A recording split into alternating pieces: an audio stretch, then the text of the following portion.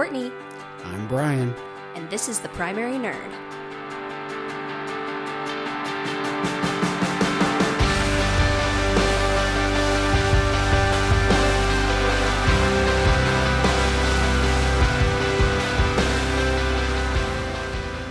Welcome, everyone. I'm Courtney, and I'm joined by my co-host, Brian. Hi, everybody. This is Titanic Part 11. Hey, I just wanted to give you some announcements here to let you know our podcast platforms. You can hear us on Spotify, Apple Podcasts, and we are now on YouTube. That's so exciting. Yeah, it is exciting. And our socials, you can catch us on Facebook and Instagram.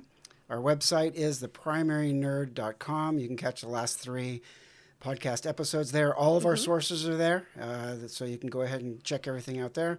Our Gmail is theprimarynerdpodcast@gmail.com. So send us continue those emails. And we love getting the emails. And we really appreciate your feedback and your ideas. And there's the offer for Romantic English has moved from Etsy to its own website. And the new website is www.romanticenglish.com. Use promo code NERD30, that's NERD30, for 30% off, and those are for awesome tapestries. And he said that there is no limitation on that. There's nothing that's excluded from it. There is no expiration date on it. He's being so wonderful. Yeah, so go to www.romanticenglish.com and check it out. And support a small business that is recreating historical art in an affordable way for your home and your castle. Ah, very cool. And maybe I'm going to give him castle. That to put on his website. Well, isn't a man's home his castle? Exactly. There you go. I'm turning my home into a castle with all these tapestries. Cool. All right. So where we left off last episode, the last 2 episodes were focused on the experience of the third-class passengers with an emphasis on the obstacles that they may have faced on their way to the boat deck. This episode picks up where the last one left off. We had seen third-class steward John Hart leading the second group of third-class passengers up to the boat deck, where they were suddenly engulfed in the chaos and disorganization that characterized the port side of Titanic. A major factor in that chaos was just the sheer number of people crowding the port side of the boat deck, which only worsened with each new wave of third-class passengers, some being led, some climbing cranes, the rest of them finding other creative ways to access the lifeboats. As we have previously mentioned, the port lifeboats were not launched as efficiently as the starboard lifeboats. The starboard side, overseen by First Officer William Murdoch, was relatively straightforward. The entire forward section was launched first, then the entire aft section. The port side was not nearly so orderly. So how is this going to affect our methodology? Because on the starboard side, we were focusing very specifically on those neighborhoods. We were able to start in the forward neighborhood and then moved into aft. Now with port, we've already heard 8 and 6 get launched. That would have been the forward neighborhood. We are still going to examine the factors that affected the forward and the aft port neighborhoods, but we're going to be running back and forth between them quite a bit in this episode. It's not as cut and dry. So let's recap our timelines so far. Titanic struck the iceberg on April the 14th, 1912 at 11:40 p.m. Captain Smith ordered lifeboats be prepped shortly after midnight on the morning of April 15th. Forward starboard boats launched first. We had number 7 at 12:40 a.m., number 5 at 12:45, number 3 at 12:55, number 1 at 1:05 a.m. Then forward starboard boat, when boat number 1 was launched, it was approximately the same time as when the port lifeboats began to be launched, so that would have been 8 and 6. So 1:05 is the beginning of port really getting going. Third-class steward John Hart arrived at the boat deck with his group of 30 passengers in tow as boats 8 and 6 were being lowered. Okay, Daddy, so are you with me kind of on our lay of the land? Sure, gotcha. A lot of things are happening, and some things are happening at the same time. Exactly. A lot of chaos. Yes. But not quite as chaotic yet as it's going to get. Oh, it's going to be more chaotic. But now at least, there's your recap so far. Thank you. So, as we've discussed in previous episodes, somewhere around 1:05 to 1:10 a.m., a rumor went around that men were being allowed to board the port lifeboats. This resulted in a mass movement of male passengers from the starboard to the port side, where they amassed around the aft port lifeboats. They were getting very unruly, and so much so that after launching forward starboard boat number 1, the starboard crew crossed over to help dispel the chaos on the port side instead of continuing to launch boats on the starboard. That's why there's that break and that pause between the launching of boat number 1 and boat number 9. Okay. So starboard crew runs over to port. After the port crew had launched boats 8 and 6, they shifted their focus to the aft port lifeboats as well instead of staying to launch number 2. The attitude of the swelling crowd in the aft port neighborhood had turned ugly, and the crew hoped that quickly launching those lifeboats would dispel some of the tension. So this left boat number 2 still hanging in the davits ready to be loaded, and boat number 4 hanging outside of Promenade Deck A windows, absolutely useless until the crew could manually lower the windows and allegedly chop away at the wooden spar that was in the way. And it's been a minute since we talked about this. Have we found anything out more about that wooden spar? I have found nothing to support that historians claim that there was a wooden spar. Okay. I have only ever seen that they were needing to lower the windows and they didn't have the crank, right? It was like a crank or a key or something to be able to do it. Right. I'm really curious if where did this idea of the wooden spar come from? So I put it out there with a great big asterisk next to it that this may have been a factor, but I would really like to see a primary source that supports it. Gotcha. So that brings you up to speed, and with that, let's go back in time.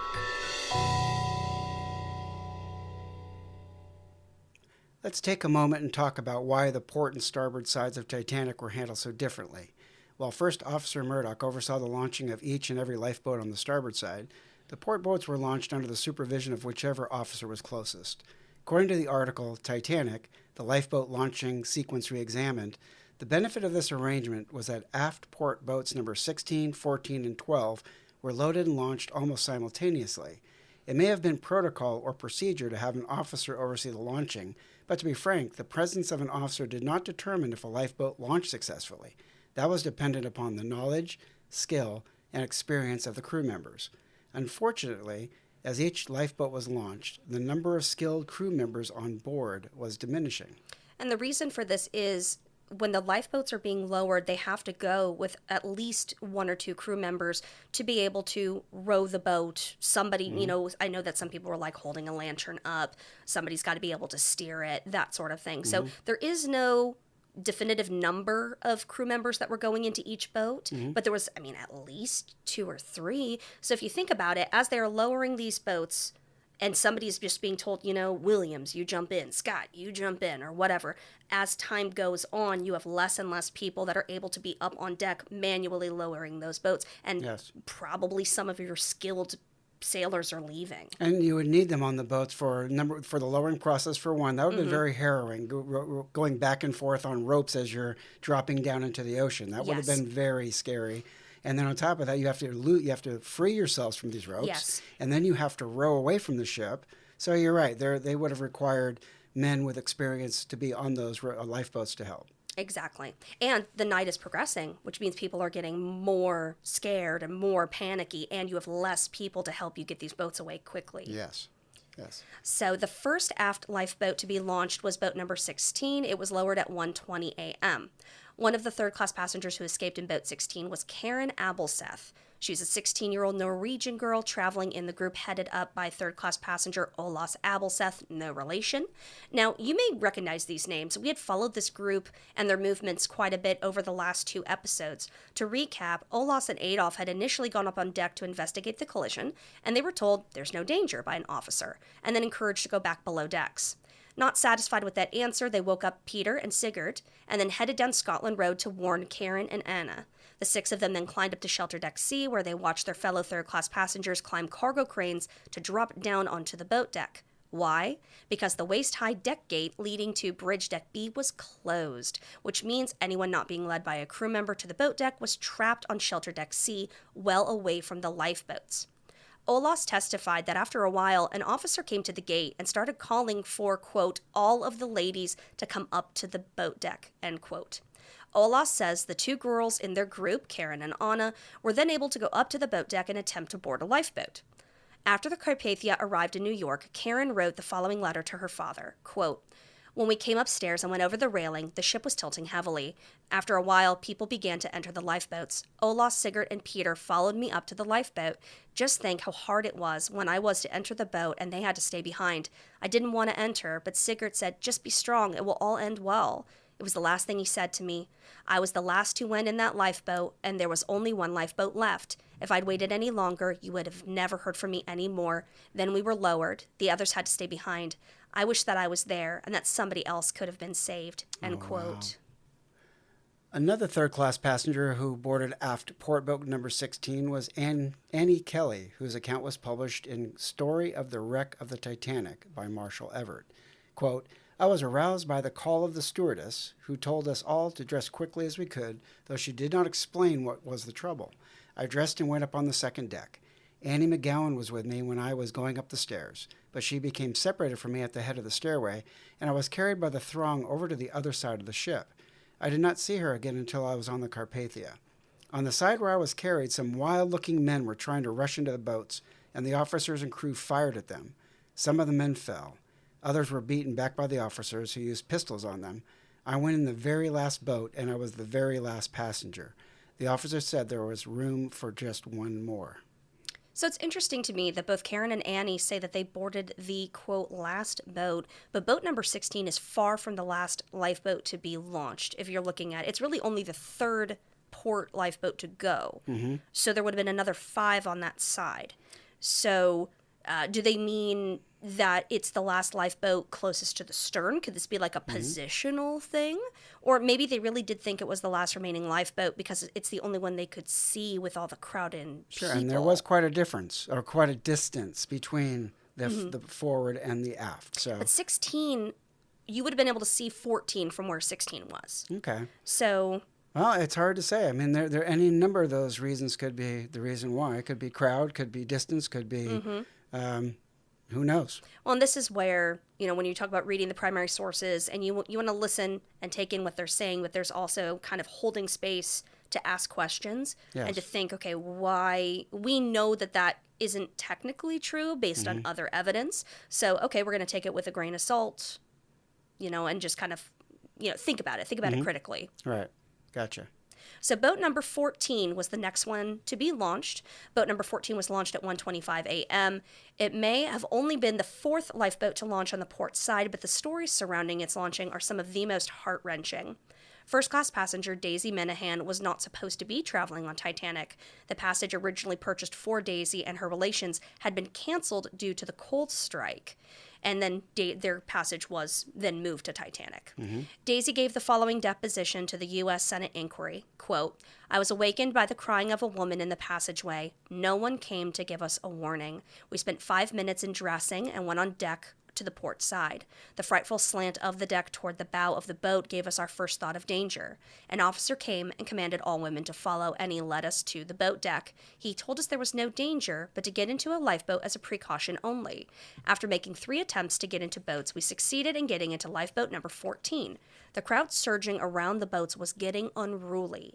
Officers were yelling and cursing at men to stand back and to let the women get into the boats. In going from one lifeboat to another, we stumbled over huge piles of bread laying on deck. When the lifeboat was filled, there was no seaman to man it.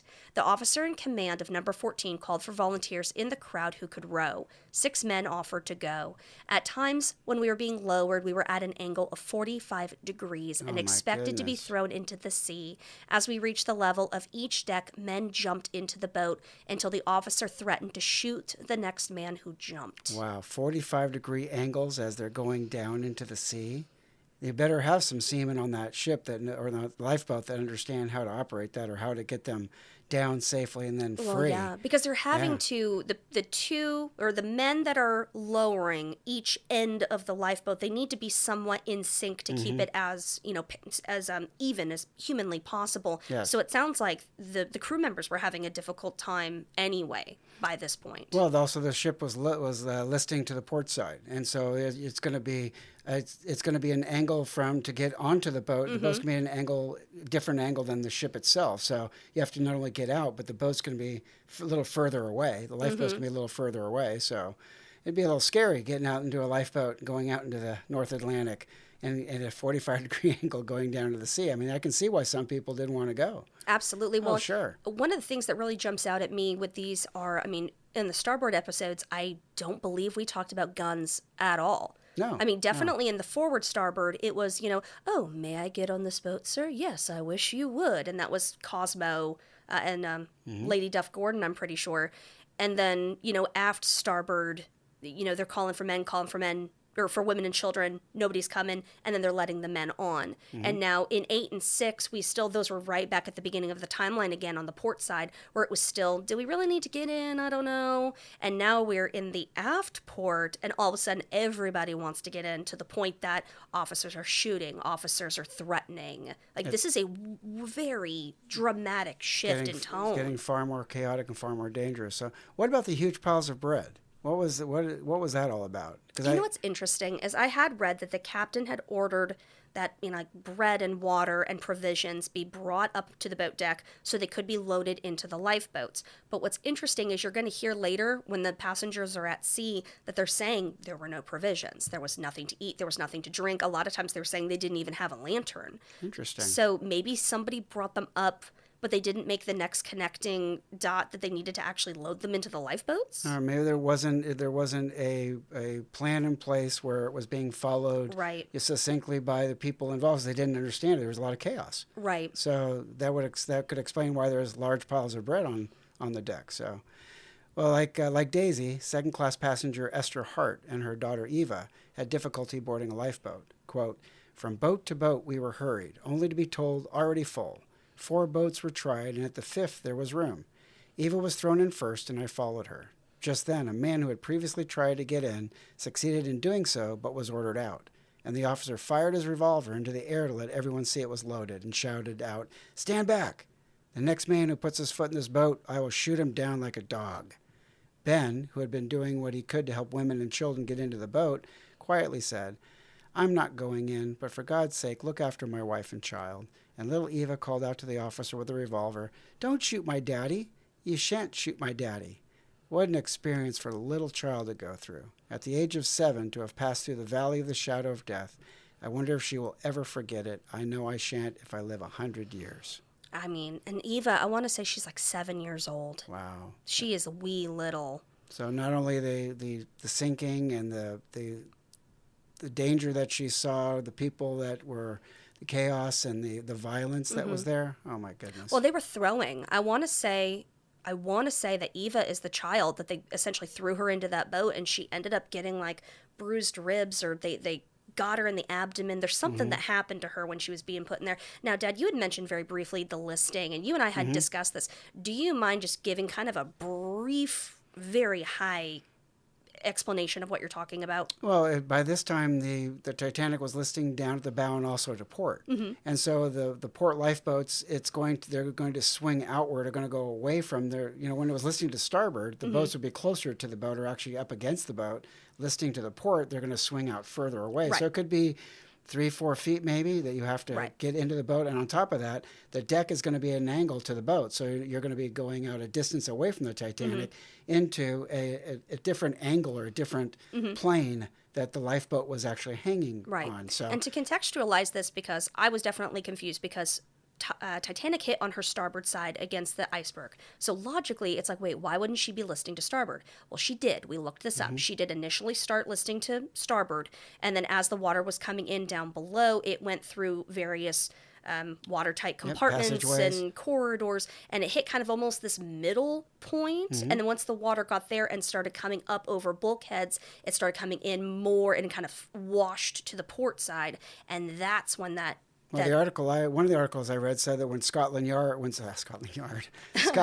I can't tell you how many times I've done that. Yes, when Scotland Road started filling with water, that was on the port side. That started to Scotland Road goes all the way down the ship. Where on the starboard side, it was more compartmentalized, so it was running up against walls. Right. Once it went over the bulkheads and it hit kind of this middle area, it hit Scotland Road, and then whoosh, it goes all the way down the port side, and all of that weight then took the list from starboard to port. That is So correct. that is why we went from having starboard or port lifeboats as they were lowering them, almost like bumping up against the ship. They're having to shove the oars against the side of Titanic to push the boat out enough to lower it.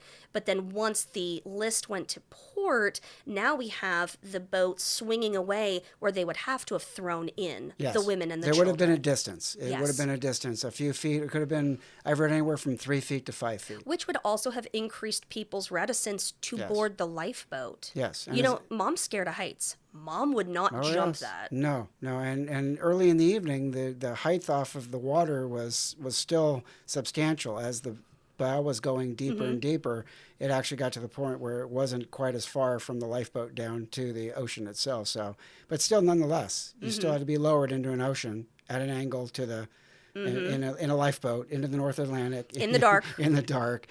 That would have been very scary. Yes, absolutely. So I'm going to give you a trigger warning for the next story. It's probably because I have young sons, but the following quote from second-class passenger Charlotte Collier has haunted me ever since I first read it. Quote, "There were 2 more lifeboats on that part of the deck. A man in plain clothes was fussing about them and screaming out instructions. I saw Fifth Officer Lowe order him away. I did not recognize him, but from what I read in the newspaper, it must have been Mr. J. Bruce Ismay." Now, y'all, this is back to Courtney. We're going to come back to this. This point where Fifth Officer Lowe is ordering Bruce Ismay away, put that in your back pocket. I will explain later. Put a pin in it? Put a pin in it. There you go. So back to Miss Collier. The third boat was about half full when a sailor caught Marjorie, my daughter, in his arms, tore her away from me, and threw her into the boat. She was not even given a chance to tell her father goodbye. "You too," a man yelled close to my ear. "You're a woman. Take a seat in that boat. It will be too late." The deck seemed to be slipping under my feet. It was leaning at a sharp angle, for the ship was then sinking fast, bows down. I clung desperately to my husband. A man seized me by the arm. Then another threw both his arms around my waist and dragged me away by full strength. I heard my husband say, "Go, Lottie, for God's sake, be brave and go. I'll get a seat in another boat." The men who held me rushed me across the deck and hurled me bodily into the lifeboat. The boat was practically full, and no more women were anywhere near it when Fifth Officer Lowe jumped in and ordered it lowered. The sailors on deck had started to obey him when a very sad thing happened. A young lad, hardly more than a schoolboy, a pink-cheeked lad almost small enough to be counted as a child, was standing close to the rail. He had made no attempt to force his way into the boat, though his eyes had been fixed piteously on the officer. Now when he realized that he really was to be left behind, his courage failed him. With a cry, he climbed upon the rail and leaped down into the boat. He fell among us women and crawled under a seat. I and another woman covered him with our skirts. We wanted to give the poor lad a chance, but the officer dragged him to his feet and ordered him back onto the ship. He begged for his life. I remember him saying he would not take up much room, but the officer drew his revolver and thrust it in his face. "I will give you just 10 seconds to get back on to that ship before I blow your brains out," he shouted. The lad only begged the harder, and I thought I would see him shot as he stood. But the officer suddenly changed his tone. He lowered his revolver and looked the boy squarely in the eyes. "For God's sake, be a man," he said gently. "We've got women and children to save. We must stop at the decks lower down to take on women and children." The little lad turned round, climbed back over the rail without a word. He took a few uncertain steps, then lay face down upon the deck. He was not saved. As a matter of fact, we did not stop at any other deck to take on women and children. Oh, my goodness.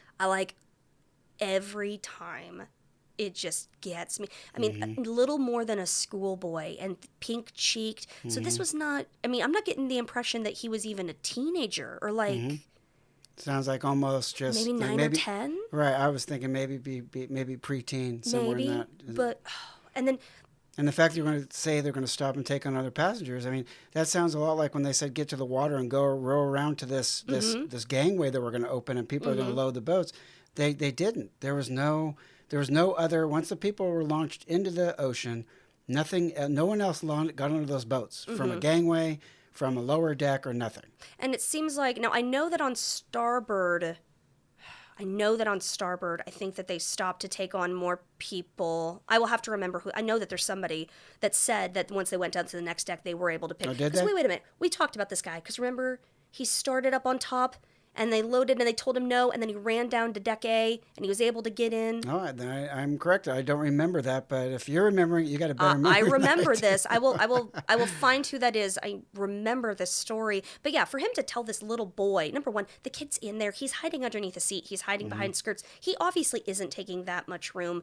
Officer Lowe could have let this go, but he chose not to. Yes. And this goes back to what we've talked about episode after episode, that your survival depended on where you were, when you were, and who was around giving what information. Yes. And in this moment, the information was, we're not taking any male, whatever the age, at this time. And he could have also done that. The officer could have also done that because of the crowd around him.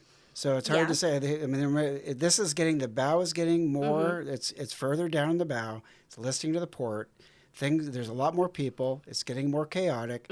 People are scared. And who knows, he had to do that to keep from being basically run over, or keeping the crowd in control, or things getting out of control. I can see that. And we just had another passenger tell us that as the boat was coming down, men are jumping. Maybe he was trying to discourage, this little boy has now jumped the rail, jumped into the boat. Maybe he's treating him as an example, like, hey, y'all, this is not how you're going to get saved. Don't you dare jump. It could be. Well, also, if you've got people jumping into this lifeboat, we've already talked about the precariousness of lowering it and it going down at an angle. Now, can you imagine a fully grown man jumping into your lifeboat that could tip over tea kettle? Yeah, that could. It could actually flip it over. Absolutely could. Yeah, no, that's a good point. The third aft port boat to be lowered was boat number 12 at 1:30 a.m.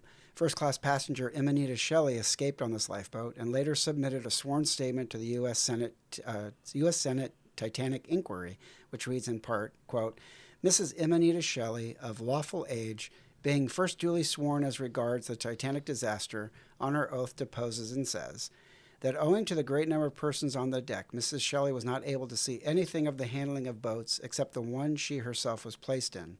There was practically no excitement on the part of anyone during this time, the majority seeming to think that the big boat could not sink altogether, and that it was better to stay on the steamer than trust to the lifeboats. After sitting in the chair for about 5 minutes, one of the sailors ran to Mrs. Shelley and implored her to get in the lifeboat that was being then lowered. She informed Mrs. Shelley that it was the last boat on the ship, and unless she got into that one, she would have to take her chances on the steamer, and that as she had been so sick, she ought to take the boat and make sure. Mrs. Strauss advised taking to the boats, and pushing her mother toward the sailor, Mrs. Shelley made for the davits where the boat hung. It was found impossible to swing the davits in, which left a space of between 4 and 5 feet between the edge of the deck and the suspended boat. The sailor picked up Mrs. Parrish and threw her bodily into the boat. Mrs. Shelley jumped and landed safely. That 2 men of the ship's crew manned this boat at the time of launching, one of whom said he was a stoker and the other a ship's baker. That at the time of launching, these were the only men in the boat. That at the time of lowering the boat, it seemed to be as full of passengers as the seating capacity called for, but owing to the excitement, no thought of numbers entered Mrs. Shelley's head. The boat appeared to be filled with as many as could get in without overcrowding, all of them women and children, with the exception of the 2 mentioned above. That on trying to lower the boat, the tackle refused to work, and it took considerable time, about 5 minutes, it is believed, to reach the water. That on reaching the water, the casting off apparatus would not work, the ropes had to be cut. That just as they reached the water, a crazed Italian jumped from the deck into the lifeboat, landing on Mrs. Parrish, severely bruising her right side and leg. This gave them 1 extra man. After coming loose from the ship, the orders were to pull out toward the other boats and get as far away from the probable suction which would ensue if the steamer should sink. Orders were also given to keep in sight of the green light of the ship's boat, which had been sent ahead to look for help. What in the world? There's a lot to unpack. What was sent ahead to look for help? Oh, so the boat with the green light? Was that one of the lifeboats that had a green light? Yes, there's a lifeboat with a green light that they were meant to kind of cluster around. Okay. So it was I got you. Okay. Yes. So it wasn't like the light in the horizon like some. No. Okay. No. Okay. It's one of Titanic's lifeboats. Oh, one thing I find interesting is that in the beginning of her quote, she said that she was not able to see anything of the handling of boats except the one she was placed in due to the great number of persons on deck. So, like we were saying, there was a lot of people. Yeah. And so it is very possible that Annie Kelly and Karen Albelseth couldn't see Mm-hmm. Lifeboat 14 or anything beyond, and they could only see 16 Right. because other people are saying the same thing. They couldn't see anything other than their own boat. Right, and if they only saw their own boat, they think, well, I'm leaving on the last boat. Well, I'm leaving on the last boat. And so Maybe they think all of that crowd is all trying to get onto that last boat. it could be. I don't know. Could be. It isn't. So we've got jumping. We've got Well, you had the 4 to 5 feet. yes. So that's quite, it's got to get pretty harrowing having the boat being at an angle away from the Titanic, the lifeboat being away from the Titanic, and you having to jump to get in there. Mm-hmm.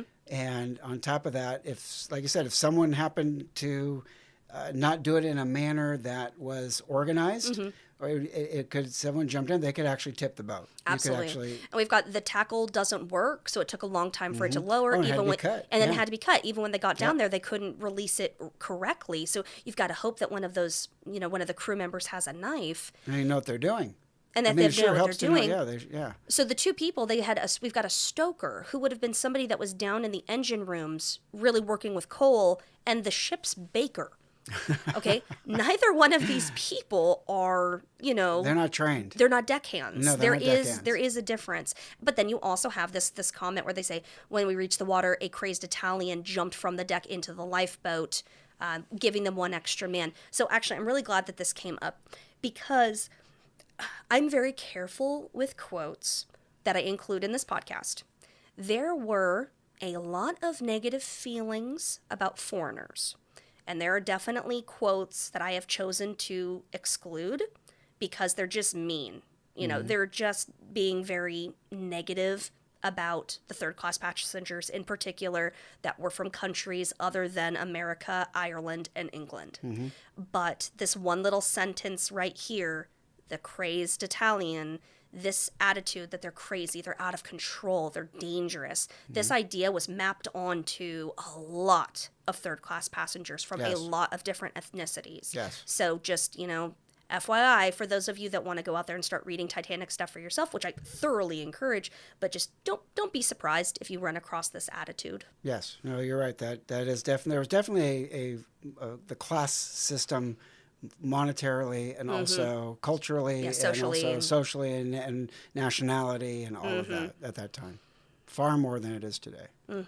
Yes. So, the rumor that men could more easily board the port lifeboats was a double-edged sword. For some, it gave them an opportunity to be saved. For others, it led them to believe that the starboard side was no longer a viable option for safety. One such third-class passenger was Charles Dahl. Quote, "When I got there, the first-class deck, I saw them getting ready to put out the lifeboats. I went to the port side. I waited for half an hour or more, but no one was allowed into the boats. Some of the passengers came from the starboard side and said that all the lifeboats had left that side. There were hundreds of people waiting on the port side, and when I saw that, I thought there was no chance of being saved on that side of the boat. I ran over to the starboard side and to my surprise saw a boat half lowered, nearly full of people. I asked the chief officer if I could go in that boat. He said, 'No, the boat is too far down. You cannot get into it.' I said, 'I will manage if you give me the permission.' He said, 'All right then, go on.' I went down the tackle hand under hand and got to the lifeboat.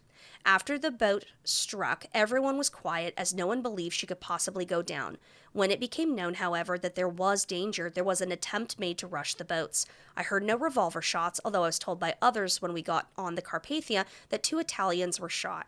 I heard one of the officers on the port side say, 'If anyone does not obey orders, lay him out.'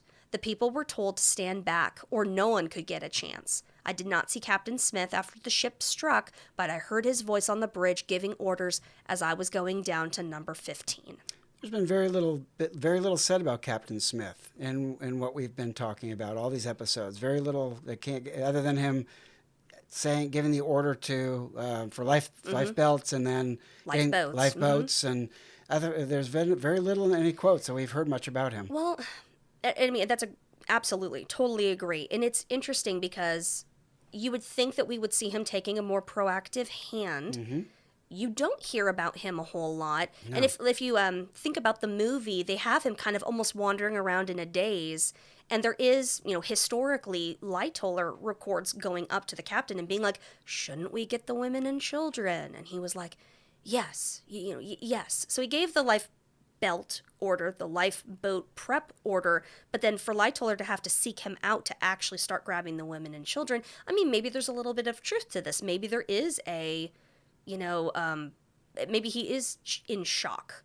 But it's hard to, you can't prove a negative. Oh, right. And there is a decided absence of him, and an absence of him taking proactive measures after the lifeboat prepping order. And I don't believe they didn't have a PA system on this. No. So there was no way that he could get out globally to everyone on the ship at the same time. No, so it had to be a lot of absolutely word of mouth and instructions given to this officer, and then he gave to this officer. So that's going to lead to chaos. That's just going to lead to things not being done consistently by everyone that needs to be done. Absolutely. So which would, in being in his position, that'd be a very hard place to be. So. Third class passenger Eugene Daly was initially on the port side, but ventured over to starboard, where his companions Margaret and Bertha were able to board aft starboard, boat number 15. Quote, "A boat was lowered then. It was being filled with women. Maggie and Bertha got in, and I got in. The officer called to me to go back, but I got in. Life was sweet to me, and I wanted to save myself. They told me to get out, but I didn't stir. Then they got a hold of me and pulled me out. The officer in charge pointed a revolver, waved his hand, and said that if any man tried to get in, he would shoot him on the spot. 2 men tried to break through, and he shot them both. I saw him shoot them. I tried to get to the boat, but was afraid I'd be shot and stayed back. Afterwards, there was another shot, and I saw the officer himself lying on the deck. They told me that he shot himself, but I did not see him." Now, this is the first, end quote, this is the first time we've heard of people actually being shot, isn't it? I mean, we've heard about revolver shots. We've heard of shots in the air. We've heard of being threatened, but not anyone. I can't remember another passenger that stated they saw some people being shot. I know. Or was there one? Is it Roberta Watt? There may have been one other. Might be Roberta. I remember there's a lady who said that, they claimed that they would shoot anybody that did this, and, and he laid out 2 or 3. Like, I can picture it in my head. Okay. So... But this story of an officer being shot or shooting himself, I mean, that made it into the movie too. Yeah, that's a first. That definitely is the first that we've heard of. Well, and in the movie, so when we say the movie, you all know the 1997 James Cameron Titanic movie. Okay, they have it be Will Murdoch. I'm telling you right now, it was this officer, at least in this story, is not Will Murdoch, because we're going to see him later on helping with lifeboats beyond number 15. Okay. Well, thank you. Well, that'll be interesting when we get to that. First class passenger Mae Futrell spent the majority of the night on the port side of Titanic, although she was ultimately saved in a starboard lifeboat. Her story paints a picture, not just of what was happening in the port neighborhoods, but also of the emotional turmoil that the passengers were experiencing. Now, I do also want to tell you, this is the lady that I think is the inspiration for Rose in the Titanic movie. Really? So as I'm reading through this quote, I'm curious to see if you out there in our podcast listening land agree. Quote, I had no sooner reached the deck than she began to list to port. Even then, there was no panic. People simply couldn't believe the Titanic could sink. One by one, the women were seated. No hurry, no rush. In fact, there were only 15 who went into that first boat. I heard the captain order the crew to lower away. Every woman's eyes were turned towards the cabin where the men stood. I could not make up my mind to leave my husband when I saw the lifeboat about to go down. I was afraid. The water looked so treacherous. I ran back, threw my arms around his neck, and said, Jack, I don't want to leave you. Oh, do be calm, dear, he said, and allowed me to stay with him for a while. He said there was no great hurry, and that I might remain with him for a few minutes. Oh, those few precious minutes were a lifetime. Jack just stood there with the men, with his arms around me, and I clung to him. We did not say much. After Jack had kissed me again and told me not to worry, that everything would be all right, he led me out to the main deck. For the second time, I was on the promenade deck. There was real alarm shown on the faces of the officers now, and the boats were being filled hurriedly. Again, I saw a boat loaded away, and once again I turned back, not wishing to leave Jack. I couldn't find him this time. I ran through the cabin with my heart full of fear. Finally, I encountered him at the side, standing with an officer. When he saw me, he said, "This will never do. You must get into a boat." End quote. Now, what happens next is not entirely clear. May she writes a couple different accounts. So in her first account, May says that Jack led her over to the starboard side. In her second account, written a couple days after the first, she says, quote, "An officer seized me by the shoulder, crying, 'Come, you belong on deck.' There I had my first complete panic. I don't know what I did, but when we reached the deck, the officer was carrying me. Another officer picked me up and fairly threw me in the boat." Wow. End quote. So according to Fitch, Layton, and Wormstead, they're the authors of the On a Sea of Glass, 6th Officer Moody had caught sight of May and asked, "What are you doing below, Mrs. Futrell? All the women are gone." He then tried to lead her up the stairs, and she resisted, saying, "Don't pull me." 6th Officer Moody ignored her complaint, pulled her over to the starboard side, where she was loaded into boat number 9. She then recalled, quote, "Our boat was lowered away without being half filled. As it swung down the high sides, I saw in the gleam of the light the men from steerage who had rushed to the deck and were being held back by the officers with loaded revolvers." End quote. So you're saying you think that's the Rose and Jack from the... I think so, because in the movie, she gets in the boat, and she jumps out of the boat back on to deck. So he thought she was safely on board, and then they're together. And then he's trying to get her into another boat, and that's when Cal Hockley is getting involved, and they go to Okay, interesting. So I think, and then Jack. She refers to him. His name is Jacques, Jacqueus, but she calls him Jack. Okay. All right. Well, that's interesting. I did not. I know I saw the movie. I didn't think that was based. The characters were based on. Or they may not be, but I can see where you're drawing the correlation. I think that because obviously Rose and Jack are not real people who traveled on Titanic, but I think that they were trying to kind of borrow different things from different stories to be able to make it. Gotcha. Well, that's interesting. Well, thank you. So by 1:30 a.m., 5 of the 8 port lifeboats had been launched. The remaining port lifeboats number 2, 4, and 10 launched almost simultaneously. However, there was a logistical issue. Boat number 2 was all the way forward on the boat deck closest to the navigating bridge. Number 4 was still hanging level to the windows on Promenade Deck A, which is one level down, and number 10 was amidships. This meant that the remaining officers on the port side had to divide and conquer. Chief Officer Wild took charge of boat number 2. Second Officer Lightoller returned to Promenade Deck A to finish launching boat number 4. After overseeing the launching of all the starboard lifeboats, First Officer Murdoch crossed over to assist on the port side. When he arrived at boat number 10, it was nowhere near ready for loading. It had not even been swung out over the railing. And while First Officer Murdoch raced the clock to prep boat number 10, Chief Officer Wild hurried down the slanting deck to boat number 2, which was all the way forward on the boat deck. And by 1:45 a.m., it was ready to launch. First-class passenger Mihaela Douglas described the launching of boat number 2 during the U.S. Senate Titanic inquiry. Quote, "Mr. Douglas told me if I waited, we might both go together, and we stood there waiting. We heard that the boat was in communication with 3 other boats by wireless. We watched the distress rockets sent off. They rose high in the air and burst. No one seemed excited. Finally, as we stood by a collapsible boat lying on the deck and an emergency boat, number 2, swinging from the davits was being filled, it was decided I should go. Mr. Boxhall was trying to get the boat off and called to the captain on the bridge, 'There's a boat coming up over there.' The captain said, 'I want a megaphone.'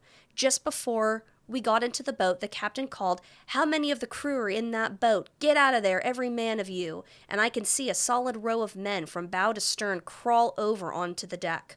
We women then got in. I asked Mr. Douglas to come with me, but he replied, 'No, I must be a gentleman,' turning away. I said, 'Try to get off with Mr. Moore and Major Butt. They will surely make it.'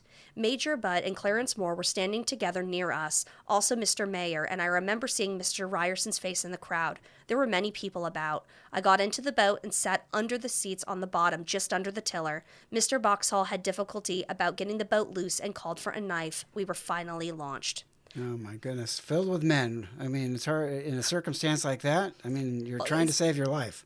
Absolutely. How many crew are in there? Okay, the megaphone. I was like, I didn't know they had megaphones back then. Yeah. It was interesting. I kind of want to look into that. Yeah. By this point, only 2 lifeboats remained on the port side, number 10 and number 4. That pesky first lifeboat that had still not been loaded because of the hand crank issue. Based on the timeline, these 2 boats were both launched at 1:50 a.m. First Officer Murdoch and the remaining crew members had successfully swung aft port boat number 10 over the railing and loaded her with passengers. On board was first-class passenger Mary Marvin, who had only been married to her husband Daniel for 5 weeks. The newlyweds had honeymoon in Europe, and though Mary may have not known at the time, she was pregnant while aboard Titanic. Mary's story was printed in the New York Times. Quote, "We were in our stateroom when the shock came, and when we reached the deck, we were in darkness. While on the deck, I heard at least 10 revolver shots. Daniel grabbed me in his arms and knocked down men to get me into the boat. As I was put in the boat, he cried, 'It's all right, little girl. You go, and I'll stay a little while. I'll put on a life preserver and jump off and follow you.' The boat started off, and he threw a kiss at me." And their daughter was born October 1912. Daniel and Mary were one of 14 or so newlywed or honeymooning couples that were traveling on Titanic. How sad. I know. And now there was only that troublesome boat number 4, which was launched at 1:50 a.m. So first class passenger Colonel Archibald Gracie had been assisting the portside crew throughout the night. He was standing next to boat number 4 as it was being loaded and therefore was able to provide this record. Quote, "The second officer, Lightoller, was in command of the port side forward, where I was. One of his feet was planted in the lifeboat and the other on the rail of deck A, while we, through the wood frames of the lower glass window on this deck, passed women, children, and babies in rapid succession. Among this number was Mrs. Astor. Her husband held her left arm as we carefully passed her to Lightoller, who seated her in the boat. Colonel Astor asked permission of Lightoller to enter the boat to protect his wife, but the officer, intent upon his duty and not knowing the millionaire from the rest of us, replied, 'No, sir, no men are allowed in these boats until women are loaded first.' Colonel Astor did not demur, but bore the refusal bravely and resignedly, simply asking the number of the boat to help find his wife later in case he was also rescued." So this is the last lifeboat to be lowered? Is this number 4 the last one? Number 4 is the last regular Regular, right. lifeboat. Right. And because remember, there's 16 wooden lifeboats in the 4 neighborhoods, and then there's the 4 collapsibles that are up near. So this is the one that was stopped by the wooden shard or the wooden spar. Or we whatever know that it was stopped because of the hand crank issue to be able to get the window down, and then possibly there was a wooden spar issue depending on which historian you listen to. Hey, gotta give them credit. I mean, they were loading people through wooden frames of lowered glass. I mean, and at a distance in the boat away from the lifeboat was swung away from. And Lightoller's got Titanic. one leg in the boat and one leg on the railing. That's amazing. I mean, that was amazing. That was heroic, what they did to help get those people off. And so for Astor, this is John Jacob Astor. So this is, the millionaire from New York. This is the one who had married, his new wife was very, very young. She was pregnant. It was quite the scandal. That's why they had gone over to Europe and to be able to basically kind of escape society for a little while, let it die down. Gotcha. So what's really interesting, and I'm not exactly sure where this came about, but Facebook. So Facebook, there's all of these things that are kind of circulating that's saying, the bravery of Mr. Astor, that he was in the lifeboat and that he climbed out to give his spot to somebody else. That is not true. The primary sources do not support that story at all, and I don't know where this is coming from, but this has been circulating now, I would say, for a couple of months. Interesting. So, just so y'all are aware, I mean, he was a gentleman. He made sure that his wife was safe. He did ask to get in. He was told no. Apparently, when he asked for the number, Lightoller and Gracie were talking about this after the fact, and Lightoller thought that he was asking about the boat number so that Astor could complain about Lightoller later. He basically figured he was going to... A customer complaint. He was going to ask for his manager, and he's like, great, totally going to hear about this later. Oh, my goodness. As first-class passenger, Emily Ryerson was waiting to climb into boat number 4. She was faced with the possibility of having to leave her son behind. Quote, "Again, we were ordered down to A deck, which was partly enclosed. We saw people getting into boats, but waited our turn. My boy Jack was with me. An officer at the window said, 'That boy can't go.' My husband stepped forward and said, 'Of course that boy goes with his mother. He is only 13. So they let him pass. They also said, 'No more boys.' Presently, an officer called out from the upper deck, 'How many women are there in that boat?' And someone answered, 24. The officer responded, 'That's enough. Lower away.' After reaching the water, I then realized for the first time how far the ship had sunk. The deck we left was only about 20 feet from the sea. I could see all the portholes open and water rushing in." Wow. So here they let this little boy into this boat. And what about the little boy that we talked about back on boat number 14? Absolutely. And that was, what, 5 boats ago? Something like that? So once, like we've said, it depends on where you were, who you interacted with, the decisions you made, and how it would affect your survival in that moment in time. So, the decisions that were made by the passengers in that moment, that was very important, whether they would survive or not. And what's interesting about boat number 4 is that some of the most wealthy Titanic passengers were waiting on boat number 4. So the Thayers, Jack Thayer's mom left in boat number 4. The Astors are there. The Wideners are there. Who else is? The Ryersons are there. So it's really interesting that they basically they kind of left it down to the wire before they got in to leave. I didn't realize that. I thought that the first class passengers were some of the first to go. Well, there were some that went, but then remember, a lot of them were just kind of hanging around. They're in the lounge. They're, they really truly thought that if Titanic's going to sink, at some point she would just simply stop, and then they would just stay on board her and have people come get them. The unsinkable ship. Exactly. That's right. So, first class passenger Martha Stevenson describes the terrifying circumstances surrounding the lowering of boat number 4. Quote, "Our boat, I think, took off every woman on the deck at that time and was the last on the port side to be lowered. No lights could be found in our boat, and the men had great difficulty in casting off the blocks, as they did not know how they worked. My fear here was great, as she seemed to be faster and faster. I think she means sinking faster and faster. And I dreaded lest we be drawn in before we could cast off. When we were finally ready to move on, the order was called from the deck to go to the stern hatch and take off some men. There was no hatch open, and we could see no men, but our crew obeyed orders, much to our alarm, for they were throwing wreckage over, and we could hear a cracking noise resembling china breaking." My goodness. So they're close to the ship. They're trying to get away from it. They're told to go to an open hatch. There is no open hatch, or at least there was no one. They could see no one that was in that area that was trying to get on any lifeboats. So that's that gangway door that Lightoller had asked for somebody to go down there. He had sent like 6 crew members, open up this hatch, and then the boats were supposed to go over there, pick them up, and keep rowing away. That's right. The hatch was never opened. It was never opened. So that's why Lightoller had intended for that to be. That way, when they're lowering it from the boat deck to the water, when it's all possibly tipsy-turvy, they would have less people, get it in the water, get it stabilized, go to the hatch, and take on more people there. But it was never opened, and nobody ever used it. So it wasn't manned. There were no supervisors there, no officers there. And so that's why we can confirm now that never in fact happened. And then also when you've got the boat, and they're, like she said, they're throwing things overboard. So there's a story of Thomas Andrews where he's throwing deck chairs overboard because they can float, so that when the ship goes down, people have something to be on. So if they're right alongside, they could very well get hit with any sort of debris that's coming down. Oh, my goodness. And you have the risk of suction. Yes. Because if she wasn't actually going to sink, then you're fine. But if she goes down, you could be sunk down with that ship. Yes, that is true. So in his book, Gilded Lives' Fatal Voyage, Hugh Brewster says that when boat number 4 finally reached the water, quote, "Adeline Astor could hear their Airedale Kitty barking from above. When she looked up as the boat pulled away, she saw this tall, stooping figure of her husband standing by the rail on the boat deck with Kitty beside him."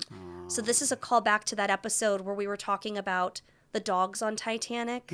So Kitty was their beloved Airedale, and they had obviously traveled with them through Europe on this honeymoon. And that one hit me too, that the dog is barking because his mommy is going off in a boat without him. And yes. So at this point, so these are all 16 of the lifeboats. The wooden lifeboats have been launched. Yes. Okay. So this boat had gone, we had, what did I say? Was it 150 that this one went? Yes. So 150, now all 16 lifeboats on both starboard and port have been launched. The rockets also cease firing at 150. Gotcha. When we had looked it up, the steam had already stopped blowing off. Yes. So it wasn't quite, it was still dark. And it was a clear night, so that was the only light they had. It was still cold, but the sound, the extreme noise of the steam being released had stopped. So at least that's that was something, because that can be very difficult. Absolutely. And then with 150, boat goes. By 155, boiler room 4 begins to flood, which causes the bow to sink noticeably deeper, and the propeller blades begin to rise up above the water's edge. Oh my goodness. So that's 5 minutes after Martha, Mrs. Widener, Mrs. Thayer get into their boat and are lowered. All of a sudden, they're going to start seeing that propeller come up in the air. Oh my goodness. So we had brainstormed a few things as to why was it so different for port as compared to the people in starboard and what they experienced. And so we had talked about that the last wooden lifeboat launched approximately 2 hours and 10 minutes after the collision with the iceberg. That's 2 hours and 40 minutes to sinking. It took 2 hours and 40 minutes to sink after the collision. Yes. The final lifeboat was launched at 2 hours and 10 minutes. So, I mean, that was only 30 minutes before the number 4 was launched, only 30 minutes prior to the ship actually going down.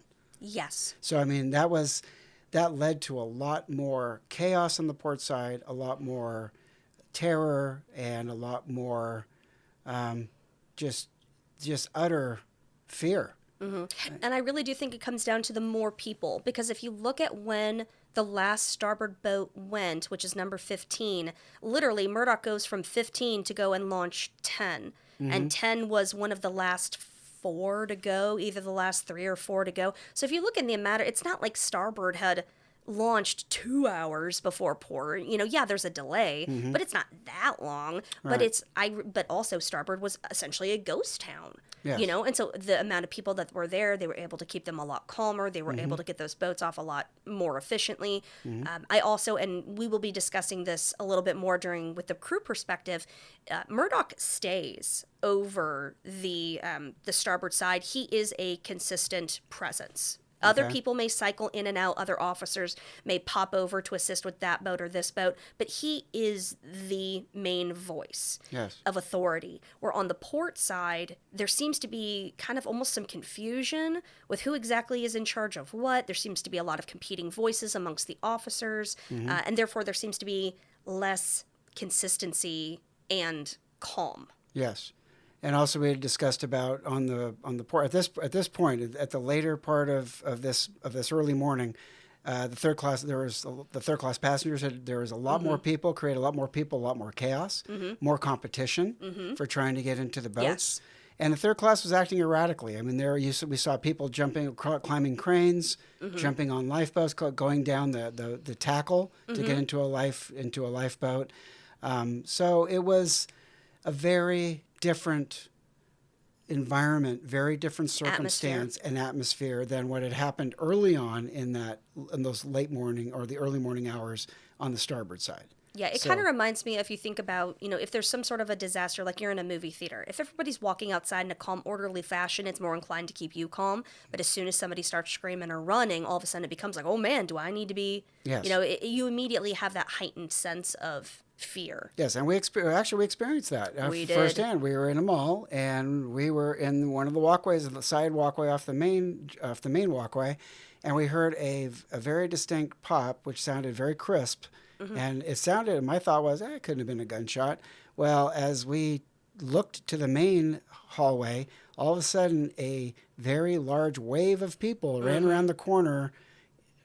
Quite hysterically. I mean, there's no other way to describe it. It was literally like a wave just rushing down. And we were caught up in it. And so we took measures to keep ourselves safe. It turned out it wasn't a shooting, but I tell you, the fear in those people's eyes. Someone set off firecrackers, my dudes. Yeah. Someone set off firecrackers in a Victoria's Secret so they could steal stuff. But I mean, in in that moment, we didn't know that, and we were swept up in that, and we were swept into the fear, into the terror, into the chaos. Well, and when the people are all running away like that, you assume that they know something that you don't. Yes. So you're just going with oh man, something's up, gotta go. Yeah. And then, I think one of the big factors in this whole thing is there was no clear single point of communication to the crew and the passengers. It was all word of mouth. It was this officer to that officer to people. Depending what area you were on the ship, you got different different instructions at different times. At one time, starboard was saying, what was it? Women. It was women, and they weren't saying women only. Or on no, it was women and children first. further, yeah, there you go. And then on the port side, they said women and children only. Only. Right. So there's a big difference. Yes. A lot changed with that. So there was a very chaotic, crazy. What's interesting is about this rumor about the port side that they would let the men on, because that is like the opposite. So Murdoch was letting men on. So where did that rumor come from? And I'm not saying that I have the answer to it. It's just I find it curious. So actually more people would have been saved, more men would have been saved if they had just simply stayed on the starboard side. Yeah. So it was a very different experience from on the port side as it was compared to the starboard. As the hours of that early morning went on. So from there, I want you to explain where we're heading now that we've launched the 16 wooden lifeboats. Yes. So we had talked about way back in the beginning, like episode 2, we had laid out, okay, this is what we wanted to do. And we wanted to take Titanic from the perspective of the passengers. That way y'all would be able to have that firsthand boots on the ground experience without having, the kind of the crew background information coloring your perception. That way you could feel the step-by-step story of Titanic as the passengers would have experienced it. And then we were going to go back and we were going to then go through the entire crew perspective. Back in episode 2, because I just listened to it, I had estimated that the passenger perspective would be 2, maybe 3 episodes. We're currently the new math.